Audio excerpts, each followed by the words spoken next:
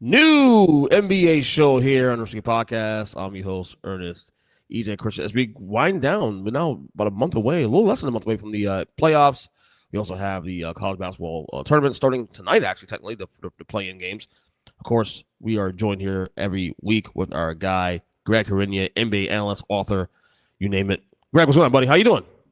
I'm doing well. Looking forward to getting to the end of the NBA season. The tournament will be pretty fun, but I was looking at spreads before for the games tonight, and you're not getting many competitive NBA games on a night-to-night basis. So, and we'll get to it in a second on the tourney because I have thoughts on that. What's your thoughts on the play-in? Is it a waste of time? I mean, it keeps teams engaged, but I mean, the reality is this year with so many good prospects, and this ties into the tournament, but with so many good prospects that are going in the draft, like, I don't think teams are all that interested in it. You know, if you're in the play-in tournament, I think you're more interested in getting bounced out of it so that you at least have. What about the college tournament, the play-in also too, the college one? Oh! You're talking about the college one, the first four. They call it the first four. They call it, I guess, right? I mean, I have no interest in that. So I mean, I'll start paying attention on Thursday, but you know that I really don't have any interest in it. See, the NBA play, I don't mind because honestly, I want competition. Mm-hmm. So if it's going to lift the middle a little bit more or the bottom a little bit more to play for something, I'm okay with that. Yeah, but this year you look at a team like Golden State, right? Like they are a lock to be in. Like they can't out tank the teams below them. So they're a lock to be in the play-in tournament, but I think if you were to ask them, I mean, I said it last time, I don't think Curry's coming back this year. I think they just want the ping pong balls at this point. That was actually a conversation I saw in media yesterday that Curry wants to play. Should he play? Now, should he play? If I'm a consumer, I'm saying yes. You do what you can to play, bring best player back, and try what you can. That's the old school thinking. The new school thinking now is punt to next year, reset, save the legs, don't get him hurt, that kind of thing. I'm torn on that because on one hand I do understand the nature of the bigger picture, but I also understand that I'm a competitor. If I want to play now and I want to win now, if there's any opportunity to do so, I'm going to try now. And that's the old school me. That's how I was raised. You know, you think Michael Jordan was okay? If this existed today, you think Michael Jordan's doing this? Probably not. Well, I mean, Jordan did also take a year and a half off at one point in his career. That's true. So. That's true. Yeah, don't tell him that though, because when I say that to Jordan fans, who I think is still great of all time, they get mad at me for that. Yeah, he quit. I mean, I'm just saying that chronologically there was a gap there. I don't know what caused it. I'm just saying that. Well, there's a lot of speculation. The gambling, dad got murdered. Things. He was tired. He was tired. Yeah, but I mean, as for the players now, I mean, no player is ever going to say they don't want to play. I mean, Curry, even if he knows he's not playing the rest of the year, he's going to act like you have to drag him off the court to not suit up. Right. So, because I mean, that makes him look better. So, right. Of course, just because he says he wants to play, or Giannis says that they want to play, like these guys are probably going to get shut down. Yeah, sooner rather than later. And again, in the case of Golden State, like they might as well take their 1 in 100 ping pong ball odds and see if we can stab on that. Yeah. Yeah, I mean, they know that with a banged up Curry and with no Jimmy Butler, like they're not going anywhere. And the best that Yeah. they could do is to play Oklahoma City or San Antonio. They're not going anywhere. And the Warriors are stuck, man. I mean, we may have seen the last Curry's window to win a title might have been closed right now at this point. But before we get to all that stuff, I want to talk to you about something really, really that came through last night out of nowhere. Oh, yesterday rather, yesterday morning. We have possible NBA expansion on the horizon. So right now, the NBA is taking its most concrete steps towards expansion in over 20 years. The league's reportedly preparing for a formal vote at the board of governors meeting on March 24th and 25th to officially begin the expansion process. The focus is narrowed down to only two cities, Seattle and Las Vegas. If the board moves forward this month, the new franchises are projected to be playing in the 2028-29 season. Fees are estimated between $7 billion and $10 billion a team. Adding two teams in the West will force at least one current Western Conference team, most likely the Minnesota Timberwolves or the Memphis Grizzlies, to move out east to keep the balance at 16 teams per side. Adam Silver is committed to making a determination on the final expansion plan by the end of this year. Next week's vote is the first major hurdle. If approved, the league will likely begin soliciting official bids for ownership groups later this year. You see this, and are you excited about expansion? No. It waters it down. It waters it down, right? Yeah. I mean, look, the NBA's already got a competition problem with a third of the league tanking games right now. Now you're just adding two more teams that are ultimately going to be tanking. So, I mean, I'd rather have that talent concentrated on the 30 teams as opposed to spreading it out to two more. I'm not saying there's not enough talent that exists, but I'd rather the teams that we have be as competitive as possible as opposed to adding two more teams. But I mean, look, Adam Silver's job is to make money for the league and make money for the owners. And so this is going to make money for them. What was the number in there, like $7 to $10 billion that it's going to cost to have a new franchise. So, I mean, you put a franchise in Vegas, it just prints money. So, I mean, I get it from their standpoint, but I mean, as a consumer, as someone who's watching these games, I can't say that like I need to see two more teams. But the NHL's in Vegas, so I mean, it was only natural that at some point the NBA would have to get there too. The one thing that really crossed my mind more than anything else, we've been hearing about Vegas for a long time. We've heard about both these cities. The Seattle making a return, of course. Remember, OKC is the former Supersonics, obviously. But we've heard a lot about Vegas and the possibility of them becoming a destination for the NBA. Obviously, football. They've added football. They've added, I think, hockey recently too, also, and baseball. They have. I think the A's are currently playing now. As we've heard for years, the first thing on mind was that will LeBron James be involved in this? We've heard rumors for years that he has said that he would like to be an owner or of some sort in the NBA once he retires. You know what I mean? And we're very close to retiring. Like he could retire this year. Not saying he will, but he could this year. So I'm curious if Bron's going to be involved in this Vegas expansion group if this thing continues to go where it's going right now. Well, I think the estimated time frame for one or both of these teams was 29, or was it 28 or 29? 29 season, yeah, the end of the decade. So you'd have to figure that he's going to be retired by then. So I mean, Tom Brady is part of an ownership group in Vegas. Yep. So I wouldn't rule out. Yep. Yeah, I wouldn't rule out LeBron being part of an ownership group there as well. And I mean, again, that'll be well after his career. I mean, maybe by a couple of years. So if you figure next year, probably his last season, I guess. Yeah. It does water it down. I agree. I will say I am excited for the idea of Seattle getting back a team, because I always thought that was dirty what they did to the Seahawks, to the Sonics. I know I've seen a story. There's actually an ESPN documentary on that whole process. It's really, really dirty, man, honestly. Because the owner that took over the team, I think Bennett, his name is, the last name, he was dead set on going to Oklahoma City because that's where he's from, and his business down there because of oil, all this stuff. And it's Seattle it's a great history. So what I hope too also, if they go to Seattle, they also buy back the name also too. Get the name back. Go Bore. Supersonics. It's exciting, dude. It's I think I read that they would get the Sonics history back. Dude. They would get it back. It would almost be like the Hornets. I mean, because there was the Bobcats, and then there was the move to New Orleans, and then the expansion Bobcats, and then they turned to the Hornets again. So I think that awesome. Yeah, I think the Seahawks, the Supersonics would just resume as if they never left, and they shouldn't have left. I mean, they had a good fan base there. So phenomenal fan base. I mean, come on, man. They won a title too, also, and they were so that makes history there. So looking forward, we'll keep eyeing the story in the weeks to come. Dude, the Atlanta Hawks on fire. 10 in a row. What big game last night against Orlando. Was that in Orlando or at home? No, that was home game. Home game. Yeah, that was the Magic. This team. Okay. Oh yeah, that was Magic City game. So this team post Trae Young has been really, really good. What are they now, like 4 games over 500, 500, maybe 6 now? They're 37 and 31. So I mean, you can't. My God. You can't necessarily rule them out of anything. I mean, they're a game. I want to say a game and a half back of the Heat. So I mean, like they're right there. I mean, they don't have to be a play-in team. I mean, depending on the way that the season ends. So Quinn Snyder did a great job. Quinn Snyder on the fly has done a great job. I'm not going to say he's coach of the year candidate because obviously you have guys that have done things that are just a little more impressive than him.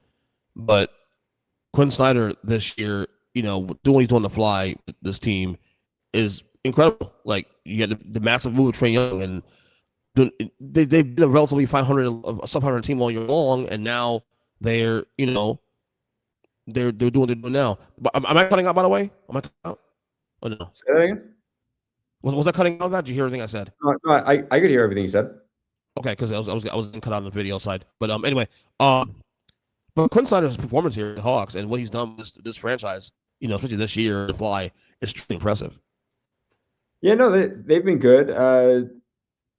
As we were going through it before, I mean, their schedule. I mean, look, you can't knock 10 straight wins. It is what it is. But when you go through it, and they've beaten Brooklyn twice, they've beaten Dallas, they beat Philly, missing their entire team. They've beaten Milwaukee twice, shifting towards a tank. Washington twice. So I mean, they lost the game on February 20th. They got blown out by the Heat. They've won every game since then. But outside of Orlando, maybe Portland, I guess. Like, you don't have a murderer's row of teams there. And look, the next 3 out of 4 games, they're facing tanking teams too. They play Dallas, then they play Houston, which should be a good game. That'll be a good test for them. So, I mean, Friday night in Houston, we'll get a better idea of, 2 teams that are going to need to win a game. That'll be probably one of the few competitive games on the docket that night. Then they play Golden State. They play Memphis. They have a game against Sacramento at the end of the month. So, I mean, like, but they've done a good job turning their ship around. And, To your point, Quinn Snyder deserves a lot of credit, but I mean, as far as coach of the year goes, I mean, I'm still on the Missoula bandwagon. Yeah, me too. I'm not going to go that far. Yeah, but he's definitely great performance. This is year 2, Jalen Johnson, right? Year 2. Jalen Johnson? No, yeah. No, I mean, he's been in the league for a number of years now. Really? I want to say that this is like his 4th year in the league. Really? Don't quote me on. You're talking about Jalen Johnson on the Hawks? Yeah. No, he's been in the league a while. Wow, I did not. Wow, I know he wasn't a rookie. That I know. But I thought maybe he was his 2nd or 3rd year in the league. I think it was like 4 years in. My God. No, I mean I'd have to look it up. But bring up your trusty computer there. Yeah. I mean, he's 24 years old. He was in the 21 draft. Wow. Yeah, so I mean, I guess that's 5th year. I said 4th year. I guess that would be 5th year. So and is all Atlanta, all 5 years, right? Yeah. No, he was hidden by Trae Young and those guys. That's why he wasn't really getting a lot of shine. I know he's been in the league a couple of years, but I didn't think it was that. Wow, that's incredible. He's finally found his niche now. He finally found the spot now. This is pretty much, I would say, his team now, right? Would we agree? Designed to be the initiator of the offense. So, I mean, Trae Young was not a guy that was just going to stand in the corner. So, I mean, now you have Nickeil Alexander-Walker, you have him. They can sort of go back and forth. Trae sort of didn't fit there in terms of, the ball handling duties, who they wanted initiating the offense. And because Trae was such a liability on defense, Jalen Johnson's really good on defense. Nickeil Alexander-Walker's good on defense. So, I mean, you could sort of see the vision of bigger, longer, athletes that they wanted on the floor. So, I mean, Yeah. it makes sense what they've done. And we'll see where they wind up in the lottery with that Pelicans pick, because as every day goes by, that pick gets worse. So, I mean, at one point in time, we thought they were guaranteed to get a superstar. Now, not that getting the 8th pick or 9th pick in the draft is bad, but I mean, we thought that they were.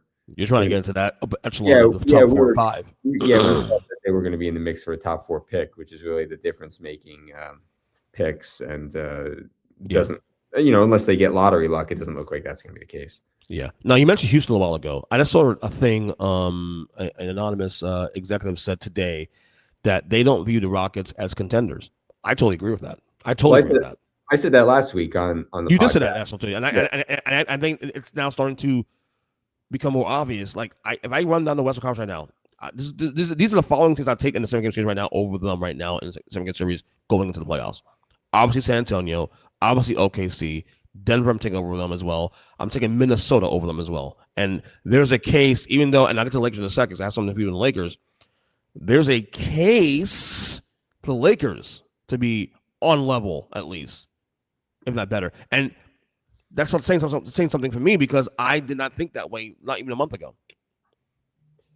Yeah, I mean, Houston is, a game or half a game out of being the 6th seed. So, I mean, like, they're not guaranteed anything. I mean, if you look at their schedule, going back to last week when I said that I was sort of souring on them, I mean, since that time, they've lost to the Lakers. They barely beat the Pelicans. They've lost a 30-point game or a 36-point game to the Nuggets. They got blown out by San Antonio. We had already covered that one. So, I mean, like, their wins, Toronto, New Orleans, Portland, Washington, they just don't inspire a lot of confidence going to the playoffs. And the discussion, I think, around them is now, would you have made the KD trade if you knew that you weren't going to have Van Vliet there?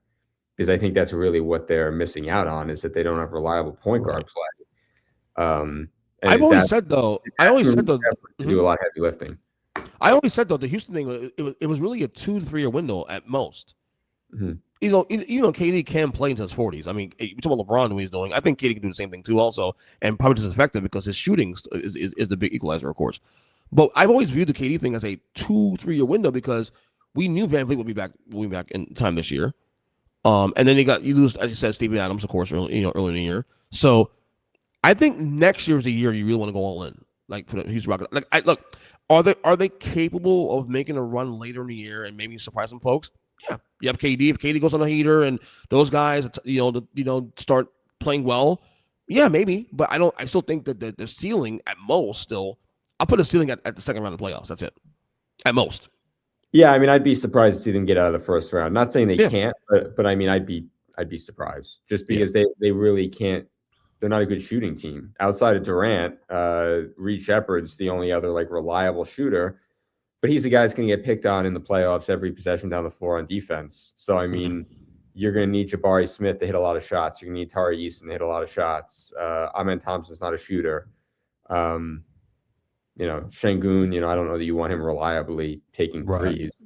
So, I mean, he can initiate the offense from the top of the key. But they don't have that mechanism to get back in the game, especially if they fall behind by 10, 12, 14 points in the third quarter. How are you shooting your way back into the game if you don't have the offense to do it? And what they were relying on, reason why I brought up Adams last week, was because part of their offense was basically, we're just going to take a lot of jump shots and we're going to get the rebounds. They were rebounding at a 50%, their offensive rebounding rate was a 50% clip.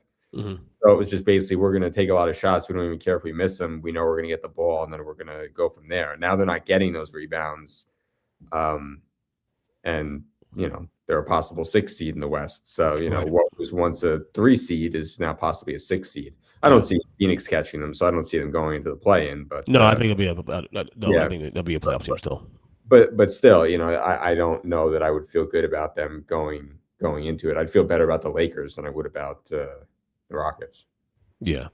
Speaking of contenders, I want to play a clip real quick of Charles Barkley talk about the Lakers as contenders before the Lakers win against Denver on Saturday night, and that really amazing game on Saturday Night Basketball. Here's the clip here. If I can just play it real quick. There it is. It's the Lakers winning tonight. And I have to listen to all the crap on Monday on all the talk shows how the Lakers are contenders. If they get a home court advantage, will it make them a contender? No. If they get the 3 seed, are you telling me they wouldn't be a contender? They're in the 4 seed right now. They're not. They're 3 seed. They're not a contender. What makes you a contender then? Please don't let them win. I'm going to be nail biting all night tonight because they're going to be talking about it all day Monday. Thank God I'll be in Dayton.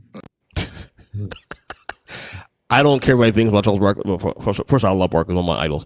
I think Barkley's right. I'm sorry. Like, they can be a 2 seed. I don't care.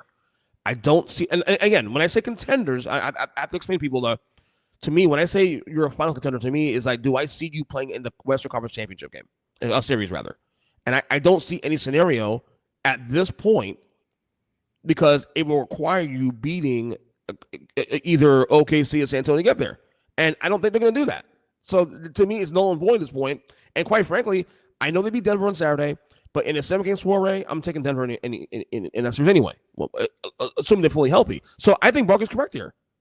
Yeah, and also Denver is not completely healthy. They're going to get Peyton Watson back before the playoffs. So no, I think he's 100% correct. Like they don't have a way of stopping the top team's big men. You know, I mean, like I'm not relying on DeAndre Ayton or Jackson Hayes to stop Wemby or to stop Jokic or to stop Chet and Hartenstein and those guys in Oklahoma City. So, I mean, the question about them all year, even coming straight from JJ Redick, was that we're not a good enough defensive team. Well, that stuff gets exposed in the playoffs.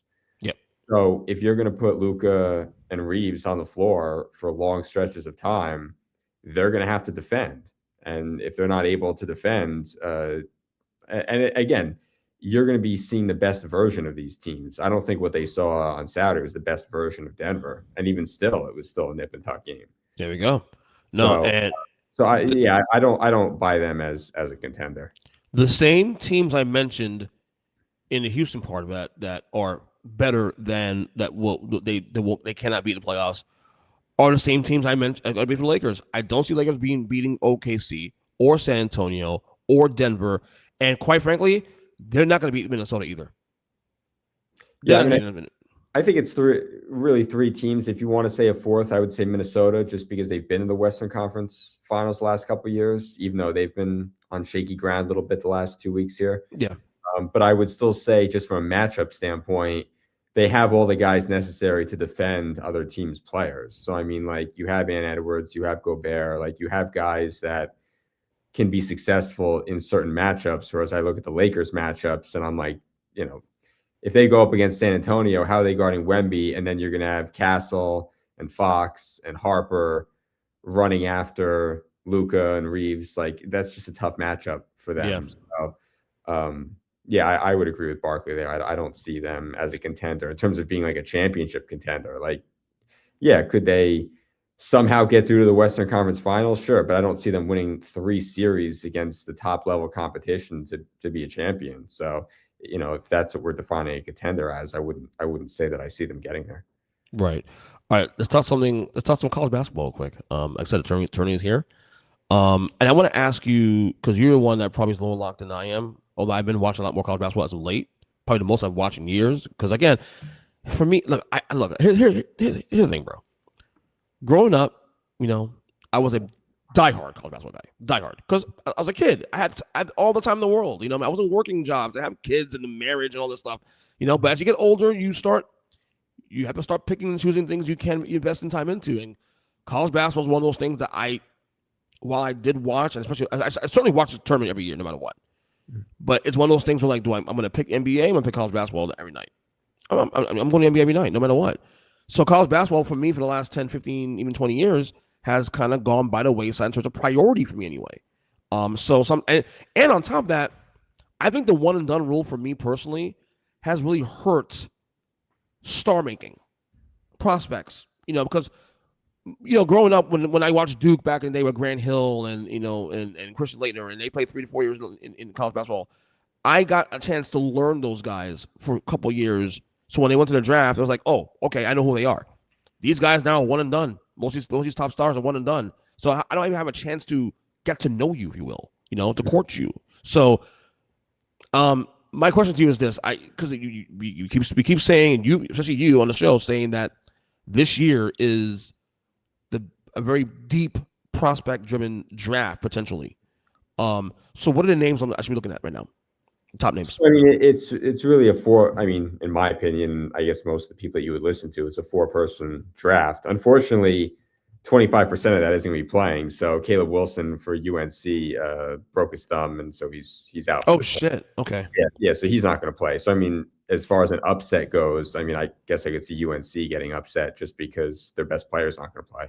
Right. Now, granted, he had been missing time anyway. He had a hand injury, and as he was rehabbing that, he broke his thumb on his other hand, and so they just shut him down. Is he injury prone in general, or is it just like a fluke thing last couple of weeks? I mean, if you're talking like a broken thumb, I would say it's probably more of a fluke. I mean, I'd be more concerned. So, I mean, the guy going into the year that everyone said was the can't miss prospect, the best guy they'd seen since Kobe, all that, was Darren Peterson for Kansas.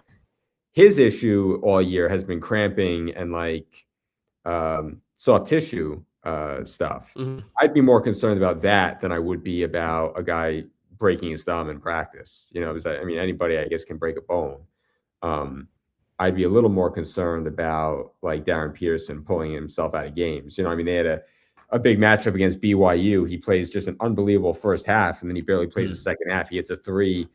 A 3 from the right wing, and then immediately motions to Bill Self. Bill Self takes him out of the game, and then you don't see him for the final 18 minutes of the game. Like that, to me, is more concerning than Caleb Wilson. So, I mean, Darren Peterson at Kansas was seen as like the lock number 1. I don't know that he's going to go number 1 now. He could go 2, he could go 3, only because not only has Kansas, I would say, underachieved a little bit. I don't know that his last month of games where he has been playing and hasn't been pulling himself out of games, I don't know that he's inspired much confidence. Like you can see it from him. Like he's a 6'5", 6'6" guard who can get a shot, who's athletic and all that. But I don't know that his film is as good as it looked like when he was in high school or when you were watching those hype films on YouTube of guys before they go to college. Like he looked like he was more explosive as a senior in high school than he does now. So, I mean, I don't, that will be up to the NBA teams to look at his medicals and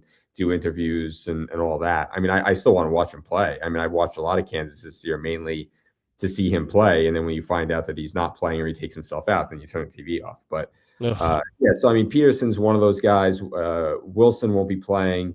The other 2, Cameron Boozer, AJ DeBonsa, they'll both be in it. So Cameron Boozer, son of Carlos Boozer, obviously, with Duke.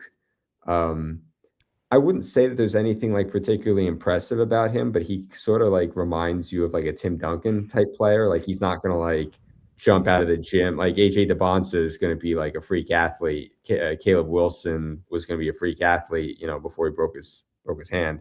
Right. Boozer is, he can drive to the rim or play, back to the basket. Really good passer. I wouldn't say he's a knockdown shooter, but like he plays like a cerebral game where like I look at him and I'm like, okay, he knows how to play basketball. So I mean, like whereas some of these guys are getting by on their athleticism, I don't think that he's overly impressive athletically, but he just like knows how to play the game. He's got a good pedigree. His numbers pretty much all year have been eye-popping, except for his last game when they played Virginia and he went 3 for 17. But you take that game out, I don't think he had like one bad game all year in terms of like a shooting percentage. His first game, I would say, and then ironically, his first game, his last game, he didn't play that well. Every game in between, pretty dominant. So I mean, like a 20-10 guy every night. Really good passer out of the double team. So he could go 1. I think he's probably the safest player to pick. I mean, he's maybe doesn't have as high a ceiling as a DeBonsa or a Peterson, whereas like, oh, if I knew I could get Kobe, I'm going to take Darren Peterson. But then, you also have to look at the questions that you get with him. And I've heard Ben Simmons' name mentioned a bunch of times. Like, does he love the game? The reason you get those questions is because he's pulling himself out of the game. And again, I don't know to what extent, the soft tissue, the cramping, is there an injury there? I can't answer that question. But no, neither can anyone else. But when you can't answer that question, that's when you start getting questions like, oh, is he pulling himself out of the game because he feels like he's done enough to just go pro, and there's not really a love for the game there. Whereas like AJ DeBonsa isn't nearly the shooter, I would say, that Peterson is, but he seems like the ultimate team guy, and he's also super athletic, 6'9", can get to the rim. That's a guy I want. That's a guy I want on my team. Yep. Yeah. So like finisher, good teammate, athletic, all that stuff. Maybe like a rich man's Ace Bailey if you go back to last year's draft. Comparing him, a little bigger, a little better finisher, can drive to the paint, finish in a multitude of ways. So, and he's at BYU. So, I mean, that'll be interesting to watch. Although BYU lost arguably their second best player to a torn ACL, a kid named Richie Saunders. So, I don't know how long they'll be in the tournament, but that'll certainly be one of the games that I want to watch. Are all these guys freshmen? Yeah. Okay, so pretty much all one and done. Yeah. So where do you stand on one and done, guys? What do you stand on the one and done rule? I'm torn on it personally. I think it's fine. I mean, if you go down the list of the top 10 to 15 prospects, I think the only guy that isn't going to be a one and done is Thomas Huff from Florida. 6'9" swingman. He's a junior, but I mean that's also gonna limit him in terms of like he's not going to go at 5 or 6. He'll probably go closer to like 12 to 14, just because. Same thing with Yaxel Landenberg, a swingman from Michigan. Same kind of thing. A junior, I guess you kind of know what the guy is, whereas a lot of these teams feel like, oh, if we have an extra 2-3 years to basically polish the player and get him in our system and get him to learn the game our way, that sort of thing. I guess the juniors and seniors aren't nearly as tantalizing, but so I would say the top 10 prospects are all freshmen. So, which also makes it easier to miss because like Keaton Wagler, who's probably going to go 5 or 6, the point guard from Illinois. I mean, no one was talking about him prior to the season, but you're like, oh, a 6'6" point guard who's rangy and can knock down threes. Like that looks pretty good. But I mean, again, you're going on a very small sample size for a very short period of time, and you're just basically going on measurables. Right. So that doesn't mean that he's going to translate to be a good NBA player. Maybe he doesn't put on size. Maybe he gets pushed around a lot easily. I mean, it's just there's a lot of unknown with a lot of these prospects. Nate Ament, same thing with Tennessee. I mean, like he's a 6'10" wing who can shoot threes. Like that looks good, but it's like doesn't have a good handle.